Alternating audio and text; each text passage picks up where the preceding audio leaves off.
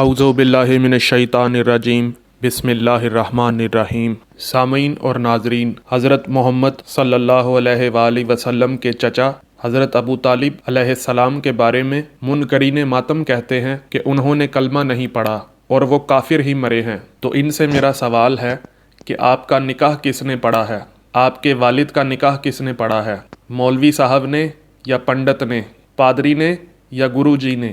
مولوی نے پڑھا تھا نا، تو یہ پتہ کیجئے کہ جس نے آپ کو نکاح کرنا سکھایا ہے اس رسول معظم صلی اللہ علیہ وآلہ وسلم کا نکاح کس نے پڑھایا تھا؟ آئیے آپ ہی کی کتب سے دکھاتا ہوں۔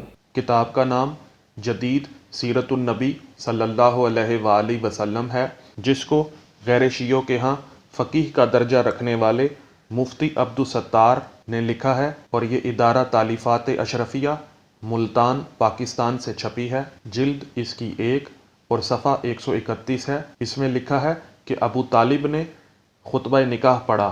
نکاح کے وقت آپ صلی اللہ علیہ وآلہ وسلم کی عمر شریف 25 سال کی اور حضرت خدیجہ سلام اللہ علیہا کی عمر شریف 40 سال کی تھی۔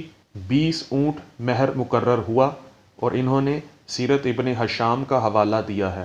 سامعین، اگر آپ کو میری ویڈیو پسند آئی ہے تو ویڈیو کو لائک کریں، کمنٹ کریں اور زیادہ سے زیادہ شیئر کریں، تاکہ ایمان ابو طالب علیہ السلام پر اعتراض کرنے والوں کو ہدایت نصیب ہو۔ السلام علیکم ورحمۃ اللہ وبرکاتہ۔